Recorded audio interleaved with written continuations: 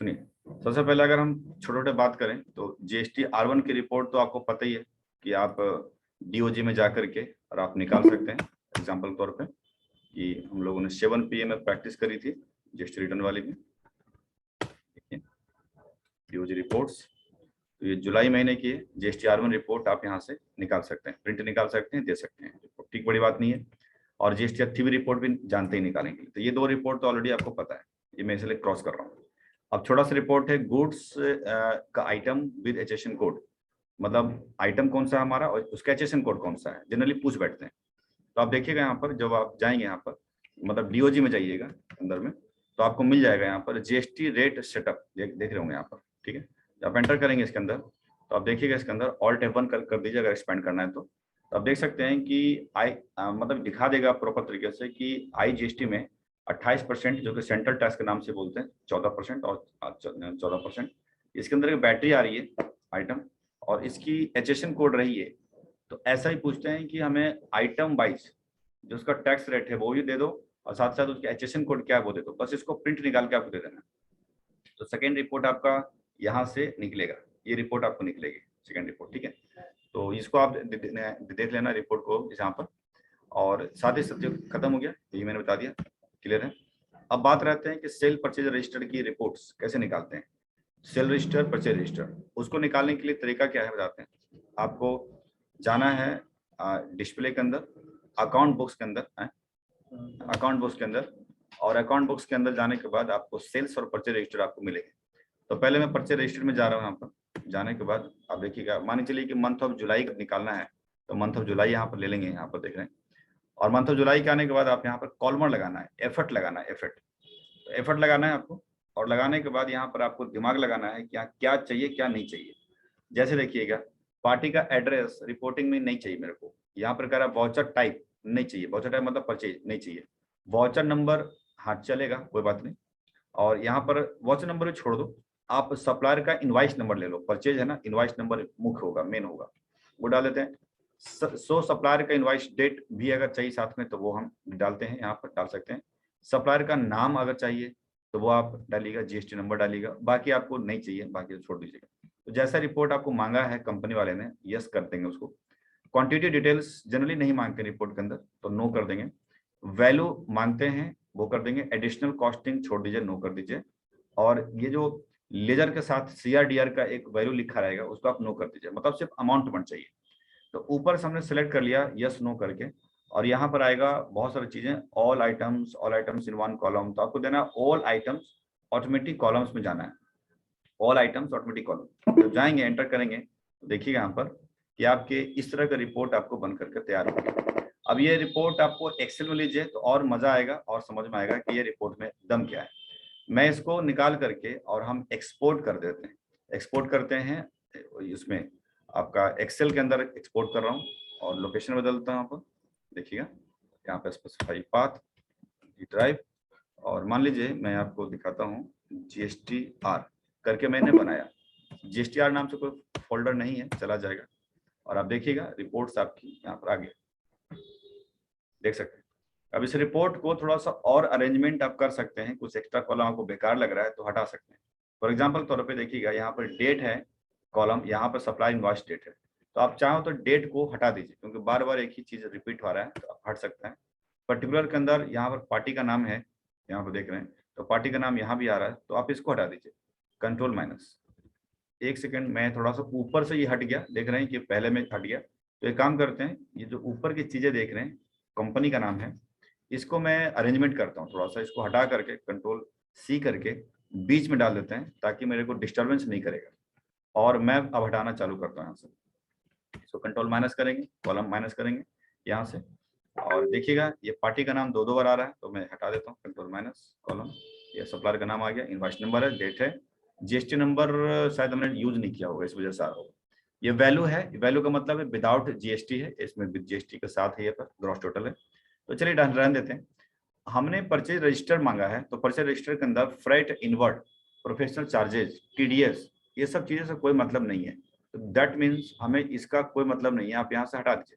और इससे संबंधित लेजर भी हटा दीजिए। जैसे इससे संबंधित लेजर देख रहे होंगे, IGST पूरा 18% है, ये चारों के चारों मेरे को नहीं चाहिए, क्योंकि परचेज रजिस्टर मांगा है, ये खर्चे का रजिस्टर है, मुझे क्या करना, वो तो ठीक है उसके साथ आ गया, परचेज में चूंकि एंट्री हुई है इस वजह से ऐसा हुआ है, तो आप इसको ना हटा दो, चारों को सिलेक्ट करो, कंट्रोल माइनस कर दो, एंटायर कॉलम को डिलीट कर दो, काम खत्म।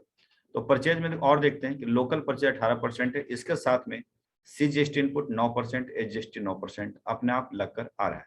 इंपोर्ट परचेज 18% है, जिसमें कि कुछ टैक्सेस का चक्कर होता नहीं है, वो तो हम GST पे करते हैं वहां पर, तो वो देख लेंगे।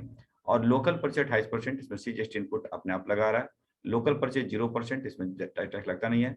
Local purchase non GST, staff welfare का कोई रोल नहीं है यहाँ पर, तो इसको यहाँ से हटा सकते हैं। इंटरस्टेट परचेज 28% का, जो कि 7200 रुपये है, आप देख रहे हैं।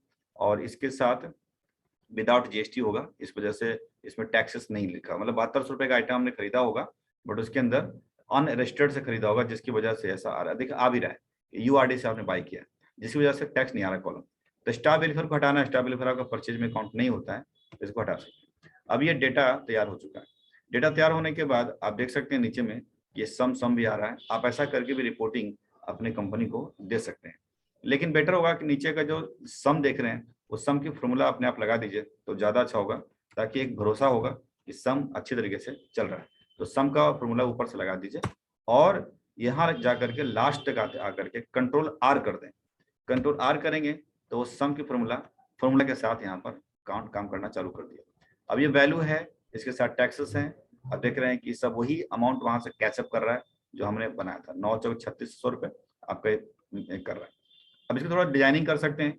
सपोज एग्जांपल तौर पे ले रहा हूँ कि इनका जो बीच का मुद्दा है यहाँ पर देख रहे हैं, यहाँ पर इसको कंट्रोल C करके आप कंट्रोल V कर दीजिए, थोड़ा सा अच्छे तरीके से करने की वजह से बता रहा हूँ, और आपको इसको सेंट्रलाइज कर दीजिए। तो सेंट्रलाइज में कर रहा हूँ यहाँ पर, पहले देख लेते हैं कि कितने पेज में आ रहा है।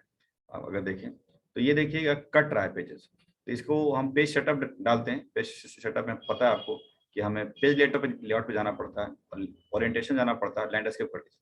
लैंडस्केप से यहाँ तक आ चुका है, लेकिन मेरे को एक ही पेज में लाना है, तो थोड़ा सा अरेंजमेंट और मुझे करना पड़ेगा, थोड़ा सा बैक ले सकते हैं यहाँ पे, और आगे बढ़ते हैं यहाँ पर पूरी। इसके बाद ये लास्ट वाले जो पोर्शन देख रहे हैं यहाँ पर, कि इसमें जाना ब्रेक प्रीव्यू, यहाँ जब जाएंगे तो 2 पेजेस में आपके देखिएगा डेटा आ रहा होगा, लेकिन मुझे एक ही पेज के अंदर थोड़ा सा एडजस्ट करना है, तो आप इसे एक्सपैंड करके यहाँ पर आप कर सकते हैं। ठीक है, तो आप देखिएगा 1 पेजेस में आपकी चीजें आ चुकी हैं। जब 1 पेजेस में आ गया है तो आप इसे अरेंज कर लीजिए बीच में, इस तरह से देखिए बीच में अरेंज कर लेंगे आप इसको यहाँ पर होम में, और यहाँ मर्ज सेंटर पर लगा देंगे, और बाकी चीजें ठीक है 12 है 14 कर लीजिए, अच्छा रहेगा। और डबल क्लिक कर इसको फॉर्मेट में डाल सकते हैं, इसको फॉर्मेट में डाल सकते हैं। यहाँ पर यहाँ देखिएगा कि आपकी ऑलरेडी ये डेटा आपका बन करके तैयार है। थोड़ा सा अरेंजमेंट के तौर पे हम बॉर्डर हम डाल देते हैं यहाँ से, तो देख रहे हैं बॉर्डर आपको यहाँ पर डल चुका है। ठीक है, अब एक बार देख लेते हैं कि हमारे डेटा किस तरह से तैयार है। क्योंकि सिंपल बात है कि हमने काफी ज्यादा फॉन्ट साइज एडजस्ट किया है, तो थोड़ा सा कम दिखेगा, ठीक है, हमें तो एक पेज मिलाना था, ले आए। इसके अलावा जो बाकी चीजें हैं उसको भी आप बॉर्डर के तौर पे आप इसको अरेंज कर लीजिए ढंग से, ऑल बॉर्डर्स कर लें, यहाँ देखिएगा तो ऑल बॉर्डर्स में आ चुका। अब हम एक बार चेक कर लेते हैं कि किस तरीके से आ रहा है। ऑल बॉर्डर्स लाया है, लेकिन बीच में बॉर्डर्स की प्रॉब्लम आ गई, मुझे लग रहा है, दिख रहा है, तो आप इसको आप देख सकते हैं। एक बार देख लेता हूँ जरा। हाँ, वो एक्चुअली क्या है कि ये बॉर्डर जो है,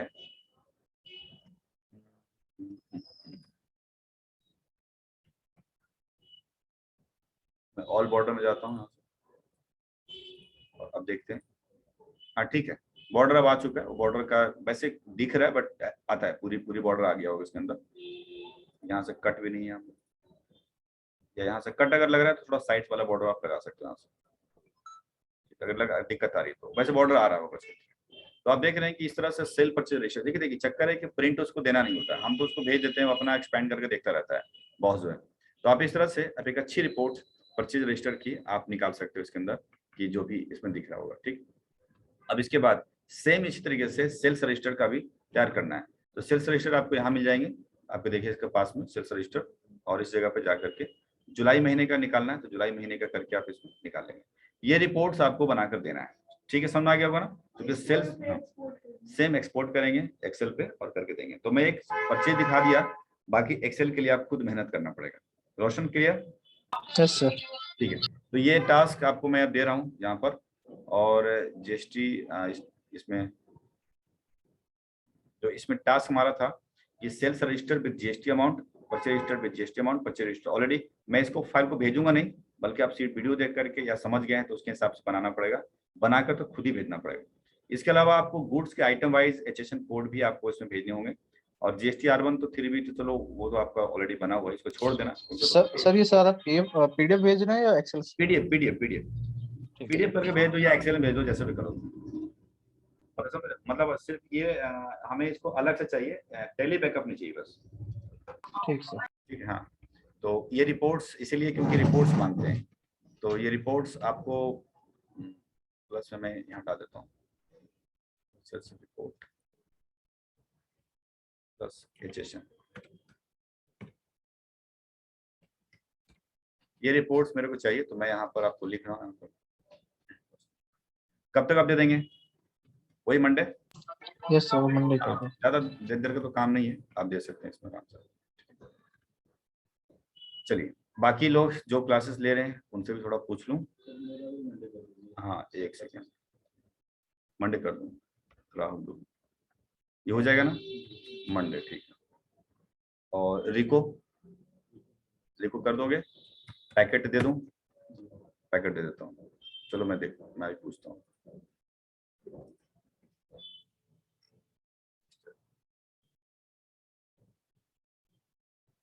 रोशन ने ये पैकेट आपको दे दिया है, बाकी आप अच्छा, जो अभी परचेज सेल रिपोर्ट जो है आपकी जो बना रखी कंपनी, आप उसी से निकाल लेना, जो आपने भेजा होगा ना R1 3B, उसी से निकाल लेना, उसके अंदर होंगे।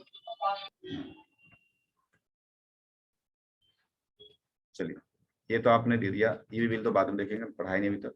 और राहुल भी ठीक है, और रोशन कुमार ये हो गया, मंडे डन। ठीक है, काजल सिंह बताइए। हाँ, आप वो आपका जो R1 3B है ना, जो आप बना रखे हो, अभी तो भेजा नहीं है। ठीक है, हाँ कोई बात नहीं। आप सेट ऑफ के साथ चाहिए मेरे सर, ये नहीं तो फिर सेटअप कैसे करूंगी? मतलब मेरा तो वो आ रहा है ना डिफॉल्ट, वो आता है ना जीएसटी में जाके R1 में, तो उसको दूर करो, वो तो दूर आप करोगे। आप सिर्फ पूछ सकते हो मेरे से क्या प्रॉब्लम है, हम प्रॉब्लम बता देंगे, बट प्रॉब्लम का सोल्यूशन दे देंगे, बट करना खुद ही आपको।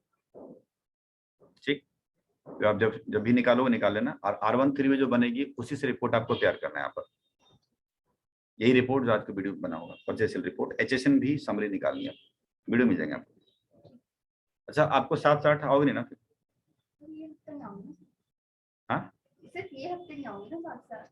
अच्छा, फिर तो आओगे। 9 से 6 टाइम में। अच्छा, ठीक है। तो कब तक रखूं? अच्छा, ये हफ्ता छोड़ दूंगा, नेक्स्ट हफ्ते करती हूं। Next Monday. ये बहुत लंबा टाइम दे दिया है ना? नहीं, आप पता है अकाउंट्स के साथ करने पर कितना प्रेशर आ रहा है। नहीं, बिल्कुल सही बात है। आप टाइम ठीक है नेक्स्ट मंडे का? ठीक है, चलिए। और आपके लिए एक रिको का पैकेट है, रिको करना है। मुझसे वो रिको नहीं होता, ये रिको तो क्या ही होगा। पता है जो ऑफिस में बैंक स्टेटमेंट की रिको नहीं होती, उधर से आया, और जो हमारे पास क्या बोलते हैं उसमें सेल्स में जो भी एंट्री थी उसको रिको करना था। तो जो मेरे अकाउंटेंट थी ना, जो छोटी जाती, वो गधी ओरल करती है। अच्छा, कब तक देंगे आप? मैं सिर्फ टाइम पूछ रहा हूँ। टाइम पूछ रहा हूँ? हाँ, पर ये तो मुझे समझना पड़ेगा। तो आप समझिए, जिससे समझना समझिए, आप मेरे समझिए, किसी और समझिए, जो भी ताम झाम लगाइए। ठीक है, this is hospital and you all are patient for me. और ये सब तार-बार देख रहे हो, तार-बार देख रहे हो, जो वहां पर रिको कर रही हूं, कर मैं ही रही हूं। अगर मुझसे बोलोगे तो मैं उसको बैकअप भेज दूंगा। ना, उसको बैकअप नहीं भेजना, मैं आपको पैकेट दूंगा ना, पैकेट तैयार है हमारा, पैकेट तैयार है, बस आपको डालना है, डालेंगे। काजल सिंह हो गया काम, काजल सिंह मैं दे दूंगी। हाँ, ठीक है। और राहुल दुबे आपको दे दिया, तो ठीक है। टाइम का क्या लिखो? Next Monday? टाइम अल्लाह भरोसा तो हो नहीं सकता। तो फ्राइडे नेक्स्ट फ्राइडे, मतलब कमिंग फ्राइडे ना? ठीक है, ये फ्राइडे नहीं, कल नहीं तो कल फ्राइडे है। फ्राइडे है? हाँ, कल फ्राइडे है, मुझे याद है। तो एक है? सप्ताह तो समय दे रहा हूँ ना, आपके दूंगा ट्यूसडे, इसी ट्यूसडे को, फिर 2 दिन बाद हो गया। सर पूरा हफ्ता आप कहाँ दे रहे हो, मुझे कल ही मांग रहे हो ना फिर। नहीं कल नहीं दे रहा हूँ ना, नेक्स्ट फ्राइडे दे रहा हूँ। हाँ हाँ नेक्स्ट फ्राइडे दे दो। ये कमिंग मंडे वाला है क्या? ये कौन सा मंडे दिया? एक मंडे आने वाला है, नेक्स्ट मंथ वाला मंडे। ये मंडे नहीं ना, हाँ, तो नेक्स्ट मंडे ले लो ना, काम खत्म है, इसका भी ले लो, लो। उसमें क्या दिक्कत है, काफी समय मिलेंगे। फोटो तो खींच लो ना ना, आप अब आपके खींच लो जैसा भी मैं करो। भूल जाती हूँ, तो करना है। ठीक है, और आपको ये R1 3V RCM set of बाकी है, ताम झाम लगाइए, जिससे लेना है आप हमसे पूछना है पूछ लीजिए, कोई बात नहीं, लेकिन आपको करना एडवोकेट है। ये क्या खुला रहेगा क्या, सब होता है सब ओपन है, संडे को? सब ओपन है, वो हम नहीं है तो इसका मतलब सेंटर तो खुला है। घर पे तो है नहीं। सेंटर का टाइम जो है वो वही है, चाहे हम रहें ना रहें फर्क नहीं पड़ता है। अरे तो डेली क्लास संडे को होगी यार। चलिए ठीक है, तो ये रही बात आपकी इसमें। बाकी और कौन है ऑनलाइन में इधर से? मधु झा।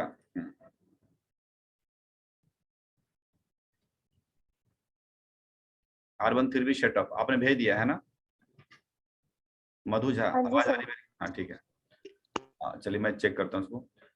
एक रिको पैकेट है, रिको करने जानती होगे तो वो आपने किया ही है, बट फिर भी मुझे तो टास्क चाहिए, तो उस हिसाब से पैकेट बना रखा है। इस पैकेट में 3 रिको है, वो करना है। ठीक, एक तो आप ही का रिको है, बाकी 1-2 और है रिको। कब तक मिल जाएगा?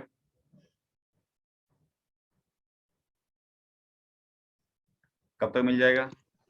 मंडे मिल जाएगा। ये कमिंग मंडे या नेक्स्ट मंडे? ये कमिंग मंडे। कमिंग मंडे, ठीक है।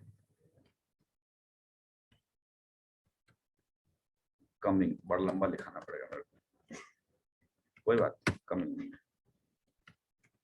काम करता हूँ, शॉर्टकट की क्या है? कोई दिक्कत नहीं, मैं डेट डाल देता हूँ 28 तारीख, 28 फरवरी।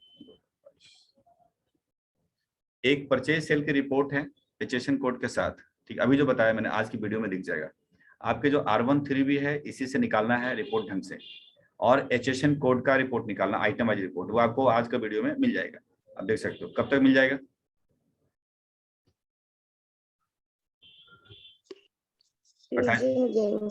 28 फरवरी, 1 मार्च। 1 मार्च, ठीक है। चलिए ठीक, डन। और आपका एक टास्क थोड़ा चेक कर लेता हूँ कि ये R1 3V RCM का क्या चक्कर है। मैं थोड़ा सा स्टॉप करता हूँ। तो जीएसटी रिपोर्ट जो मैंने आपको क्लासेस में दी, ये सब रिपोर्ट्स खत्म हो चुके हैं। इनको कंट्रोल 5 कर लेते हैं। ये जितने भी चीज हमने कराए, ध्यान रखिए, जिंदगी भर लाइफ टाइम काम देगा। ये तो बोल्ड है, इन्हीं के बारे में पीछे पड़ा रहता है। जो भी क्लाइंट फोन करते हैं इन्हीं के कैंडिडेट मांगते हैं, भैया मेरे को जीएसटी वाला बंदा दो, बढ़िया वाला। बढ़िया क्या होता है? R1 बनाने आना चाहिए, 3 बनाने आना चाहिए, 2A का रिको, 2B का रिको, टैली का रिको सेटअप करने आना चाहिए, ढंग से करे, यही सब इसको मांगते रहते हैं। तो ये मैंने बोल्ड कर दिया। इसे हमें ज्यादा समय लग गया, लगभग महीना भर खींच दिए, और आपसे प्रैक्टिस भी करवा ही रहा हूँ उस तरह से। बाकी देखिए बहुत ज्यादा इंपॉर्टेंट नहीं है, इसलिए सब कोई टास्क मैं आपको नहीं दूंगा, घबराने वाली बात नहीं है। चलिए बात करते हैं आगे। डीलर के टाइप्स, इनमें पढ़ाना स्टार्ट किया था मैंने। ठीक, एक सेकेंड होल्ड करें बस। तो मैंने कहा था कि अगर जीएसटी नंबर है किसी के पास तो उसको बोलते हैं रजिस्टर्ड डीलर, और ऐसे केसेस में 2-3 टाइप के डीलर्स हम बन सकते हैं। एक तो नॉर्मल धंधे पानी करने के लिए, उसको बोलते हैं रेगुलर, जो हमने पढ़ाया R1 3V डीलर। कैजुअल बोला, जब नंबर अप्लाई करेंगे तो उसमें ऑप्शन आता है कैजुअल के बारे में, मतलब आपको कुछ दिनों के लिए नंबर चाहिए, कुछ ट्रेड फेयर वगैरह में आपको पार्टिसिपेट करना है, तो उसके लिए कैजुअल टैक्सेबल पर्सन के रूप में आप ले सकते हैं। अगला है कंपोजिट डीलर। जब आप नंबर अप्लाई करते हैं जीएसटी का, उसी वक्त में पूछता है कि क्या कंपोजिट डीलर बनना चाहते हो। इसका मतलब है कि आप इन झंझटों से हटना चाहते हो। R1 3V की झंझट देख रहे हैं, इतना सारा हटना चाहते हैं। आपको सिंपल मेथड चाहिए जीएसटी के निकालने का तरीका। निकालने का तरीका 1%, 6%, 5%, जो मैंने कल बोला था। यानी कि अगर ट्रेडिंग मैन्युफैक्चरिंग बिजनेस है तो 3 महीने की सेल देखिए और 1% जीएसटी निकाल दीजिए, सरकार को दे दीजिए। अगर सर्विस भी बिजनेस करते हैं तो 6% निकालिए, सरकार को दे दीजिए क्वार्टरली बेसिस में। रेस्टोरेंट खोल रखा है तो 5%, बट सबकी टर्नओवर लिमिट है। यानी ट्रेडिंग के लिए आपका 1.5 करोड़ से टर्नओवर नीचे है तभी इस स्कीम में आ सकते हैं। अगर आपकी 50 लाख से नीचे है सर्विस में तभी स्कीम में आ सकते हैं। रेस्टोरेंट के बारे में सेम, अगर 1.5 करोड़ से नीचे है तो इस स्कीम में आ सकते हैं। कल हमने इसको बताया था। बड़ा एक कमी है कि इसको आप कंपोजिशन स्कीम में लेकर के आप केवल लोकल सेल करेंगे, आप इंटरस्टेट सेल आप नहीं कर सकते हैं। कल एग्जांपल दिया था कि एक फर्म का नाम लिया कि एक एंटरप्राइजेस ट्रेडर है, और क्वार्टर नंबर 3 में 4 लाख की सेल हुई है, उनको जीएसटी जमा करना है, सरकार के पास देना है, तो जस्ट 1% निकाल दीजिए। जैसे कोई ट्रेडर है तो 1% के हिसाब से निकाल सकते हैं, 1% निकाल लीजिएगा तो 4,000 रुपये आ गया, उसे 2,000 बांट दीजिए सीजीएसटी जीएसटी में और चालान जमा कर दीजिए, काम खत्म है। कब तक जमा करेंगे? तो 18 दिन के अंदर अंदर, हर 3 महीने खत्म होने के 18 दिन के अंदर अंदर आपको ये काम करना है। जैसे पहला क्वार्टर खत्म होता है आपके जून में, तो मान लीजिए पहला क्वार्टर में जो भी अमाउंट था आपने जमा करना है, तो 18 जुलाई पहली डेट बनेगी, दूसरी डेट बनेगी अक्टूबर में 18 अक्टूबर, तीसरी बनेगी 18 जनवरी सर। जनवरी बनेगी और लास्ट बनेगी 18 अप्रैल के अंदर अंदर आपको टैक्स भी जमा कर देना और रिटर्न फाइलिंग भी कर देना। रिटर्न फाइलिंग के लिए एक छोटा सा फॉर्म आता है, इसका नाम है CMP 08, कंपोजिशन स्कीम 08 के नाम से आता है, उसको भरना होता है। इसमें क्या भरना होता है? कुछ भी नहीं, आपको जो सेल की फिगर है ना, बस वो डाल देना कि इस 3 महीने में हमने 4 लाख की सेल हुई, बस इतना ही डालना है। 1% अपने आप निकाल देगा बिजनेस के अकॉर्डिंगली, और बस आप टैक्स ऑलरेडी जमा कर चुके हैं, बस आपका रिटर्न कंप्लीटेड है। ये जस्ट जानकारी के लिए बता रहे हैं आपको कंपोजिशन स्कीम। नौकरी के पॉइंट ऑफ व्यू से फायदेमंद नहीं है, क्योंकि कहीं भी जाएंगे टर्नओवर 1.5 करोड़ से ऊपर रहेगा, नीचे का तो कोई सवाल ही नहीं है। और जीएसटी का एक सालाना रिटर्न भी हमें मांगती है सरकार, वो GSTR 4 मांगती है, 4 मांगती है, जो पूरे चारों क्वार्टर को मिला करके एक सेल हमें दिखाना पड़ता है, ये GSTR 4 में होता है। कंपोजिशन स्कीम वाले सेल करने के लिए सिर्फ लोकल सेल करेंगे, जो कमी है, बट बाई करने के लिए, परचेज करने के लिए वो दुनिया के किसी भी कोने से बाई कर सकते हैं और किसी से भी बाई कर सकते हैं जिनके पास GST नंबर होता है। यानी कंपोजिशन स्कीम वाले सिर्फ उन्हीं से बाई करेंगे जो रजिस्टर्ड हैं, राह चलते हुए लोगों से बाई नहीं करेंगे। लेकिन इंडिया दुनिया किसी भी कोने से बाई कर सकते हैं, लोकल इंटरस्टेट परचेज कहीं से भी करिए, फर्क नहीं पड़ता है, बट रजिस्टर्ड होना चाहिए। दूसरी बात देख रहे हैं कि आउटपुट इनपुट करने का कोई सवाल नहीं है। इसका मतलब है कि जो कंपोजिशन स्कीम वाले ना तो GST लगाएंगे बिल के ऊपर और ना ही GST का इनपुट लेंगे, यानी ना ही उनको GST लगाना है इनवॉइसेस के ऊपर अलग से शो करना है, और ना ही GST का ITC उनको मिलेगा। तो GST जब लगाएंगे नहीं तो ऐसे बिल को बोलते हैं बिल ऑफ सप्लाई बोलते हैं। तो बिल ऑफ सप्लाई यहाँ पर देख रहे हैं कि उनको इशू करेंगे। तो 10 लाख कुछ जानकारी आपको दिया कि बिल ऑफ सप्लाई इशू करेंगे, ITC नहीं मिलेगा, आउटपुट नहीं लगा सकते हैं, टैक्सेस 1% देना है, बस ये जानकारी रखिएगा, इसमें ज्यादा माथापच्ची करने की जरूरत नहीं है। एक क्वेश्चन दिया है मैंने खाना पूर्ति के लिए, एक कंपनी फर्म का नाम दे दिया है, ट्रेडिंग बिजनेस, और आपको टैली के अंदर एंट्री पास करना है। टैली के अंदर सिंपल एंट्री बना देना, इसके ज्यादा हम टाइम वेस्ट नहीं करेंगे इसके अंदर, बस आप नॉर्मल देखिएगा बना करके, आता है तो ठीक है, नहीं आता तो भी कोई बात नहीं, क्योंकि स्कीम वाले में ज्यादा कोई जॉब के पॉइंट ऑफ व्यू से महत्वपूर्ण नहीं है। बाकी आप खत्म है, बाकी उसमें कुछ है नहीं। कैजुअल वाले में देखिएगा थोड़ा पॉइंट में डाला है कि जो टेम्पोरली बेसिस पे नंबर लेते हैं कुछ दिनों के लिए, उनका क्या है 90 दिन की वैलिडिटी, उससे ज्यादा नहीं दे सकते हैं। हाँ, एक्सटेंशन मिल जाएगा, अलग बात है अगर जरूरत पड़ी तो। और जब भी स्टॉल स्टार्ट करेंगे उसके कुछ दिन पहले ही आपको नंबर लेना पड़ेगा।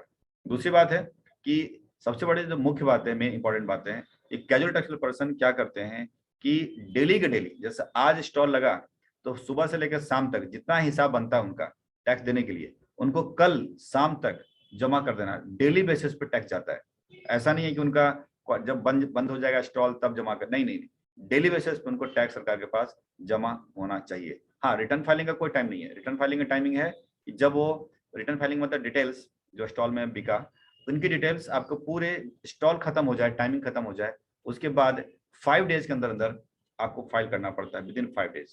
तो रिटर्न का कोई टाइमिंग नहीं है, बल्कि कर सकते हैं। कुछ स्टूडेंट्स ने थोड़ा सवाल खड़ा किया था कि सर इस स्कीम के अंदर बहुत कमियां भी हैं, है तो आसान, ठीक है 1% निकाला काम खत्म, बट कमियां भी हैं, तो क्यों स्कीम कर लिया जाए। तो मैंने उसको थोड़ा सा डिफाइन किया है, या फिर क्लाइंट भी पूछ सकते हैं कि सर स्कीम में आऊँ कि नहीं आऊँ, मुझे बताओ। तो मैंने दिया है कि एक रजिस्टर्ड डीलर है, मतलब रेगुलर डीलर है जो कि आउटपुट इनपुट माइनस करता है, और एक स्कीम वाले हैं। दोनों के केस दे रहा हूँ। केस 1, 1 लाख रुपए का माल उसने बाई किया 18% की दर से, 1.18 का माल हो गया, उसने 1.20 में बेच दिया। मार्जिन कितना लिया? 20,000 रुपीज। इस पे GST लगाया 21,600 रुपया, माल बेचा 1,40,600 रुपया। उनके जेब में 20,000 जा रहा है, क्योंकि आउटपुट में से इनपुट घटा करके वो तो सरकार के पास चली गई, अपना जेब में क्या है? सिर्फ 20,000 रुपीज। लेकिन स्कीम वाले होंगे तो क्या करेंगे, यही सेम माल बाई करेंगे तो उनका कॉस्टिंग पड़ेगी 1.18 की, क्योंकि उनको ITC तो मिलना नहीं है। और वो जब माल बेच रहे हैं 1,41,600 में GST मिला करके, तो हम भी बेच रहेंगे, कस्टमर तो लेने को रेडी है, तो ठीक है हमने बेच दिया। हमारे पास जेब में कितना आया? Sale price minus purchase price, दोनों मिलाया तो 23,600 रुपये अंतर आ गया। लेकिन सरकार ने इस सेल प्राइस का 1% मांग भी रही है, तो मैं दिया 14-16 रुपये, तो मेरे जेब में आ गया 22,184 रुपये, जबकि रेगुलर बन करके मेरे को नुकसान हो रहा था, यानी इसके बस 20,000 आ रहा था। तो सोचिए ऐसे स्कीम में आने में फायदेमंद मुझे लग रहा है, क्योंकि यहाँ पर 2,000 का बेनिफिट हमें मिल रहा है सिर्फ 1 लाख के कंपेयर में। अगर मुझे 1 करोड़ का अगर सेल कर दें तो सोचिए कि 10 गुना हो गया, बहुत ज्यादा बेनिफिट। 2-2 लाख रुपए का यहाँ पर फायदा हो जाएगा, 100 टाइम्स फायदा हो जाता है, 2-2 लाख का अंतर आ गया। तो क्यों ना स्कीम में आऊं। लेकिन मैं दूसरा एग्जाम्पल उठाया। सेकेंड एग्जाम्पल में देखिएगा कि उसी 1 लाख का माल हमने लिया 5% के जीएसटी पे, आईटीसी वगैरह लिया तो हमारे जेब में 20,000 गया, मार्जिन 20% रखा। अब हम स्कीम में आते हैं तो परचेज प्राइस सेल प्राइस घटाएंगे तो हमारा अपना जेब में जाने वाला ऊपर से सेल प्राइस का 1% 1260 रुपया, तो बनता है 19,740 रुपये। अब यहाँ देख रहे होंगे कि नुकसान आ रहा है स्कीम में आकर के, थोड़ा सा नुकसान है बट है नुकसान है। तो अब कौन सा स्कीम लिया जाए? तो सवाल खड़ा है कि कंफ्यूजन में हो गया कि लूं या ना लूं। सिंपल बात समझिएगा कि अगर जीएसटी रेट हायर है, जैसा देख रहे हैं 18%, तो ऐसे केसेस में स्कीम में आने में फायदा है। जीएसटी रेट लोअर है 5%, तो आने में कोई फायदा नहीं है, आप रेगुलर में रहो, अच्छा रहेगा, क्योंकि नुकसान है आपके यहाँ पर। बस अंतर इतना ही और कुछ नहीं है। हायर रेट ऑफ जीएसटी है than compulsory scheme is better, and lower rate of GST than regular dealer is better. बस इतना ही समझिए, और इसके अलावा कोई इसमें माथा पच्ची कुछ नहीं है। तो आप अपने बिजनेस खोलना चाह रहे हैं, सेल्फ बिजनेस, जो दुकानों में जैसे 1,000-2,000 मंथली वाला काम स्टार्ट करना चाह रहे हैं, तो ऐसे में आपको कंपल्सरी स्कीम वाले पार्टियां खूब मिल जाएंगी, और वो उनको बता सकते हैं कि सर आप आ जाओ, लेकिन तरीके से बताइएगा कि आप मार्जिन क्या लेते हो, परसेंटेज क्या होता है, उनके हिसाब से आप एडवाइस कर सकते हैं। बस इतना ही था। कोई क्वेश्चंस और पुटअप कर सकते हैं स्कीम के अंदर, क्योंकि ज्यादा टाइम वेस्ट इसमें नहीं करेंगे, क्योंकि जॉब के पॉइंट ऑफ व्यू से बहुत ज्यादा इंपॉर्टेंट नहीं है। कोई क्वेश्चंस है मन में तो पूछिएगा। नहीं तो देखते हैं आगे की बात करेंगे। नेक्स्ट हमारा टॉपिक होगा जो आज हम नहीं करेंगे, और बहुत अच्छा इंपॉर्टेंट टॉपिक है, जिसका नाम है पीओएस, प्लेस ऑफ सप्लाई। बहुत ही इंपॉर्टेंट, बहुत ही मजेदार टॉपिक, वो हम करेंगे आपको कल बात, ठीक है। डन, अभी रखते हैं। 2 मिनट 3 मिनट में 5 मिनट बाद जाइएगा, लॉगिन हो जाइएगा 8 बजे क्लास। Okay, bye bye.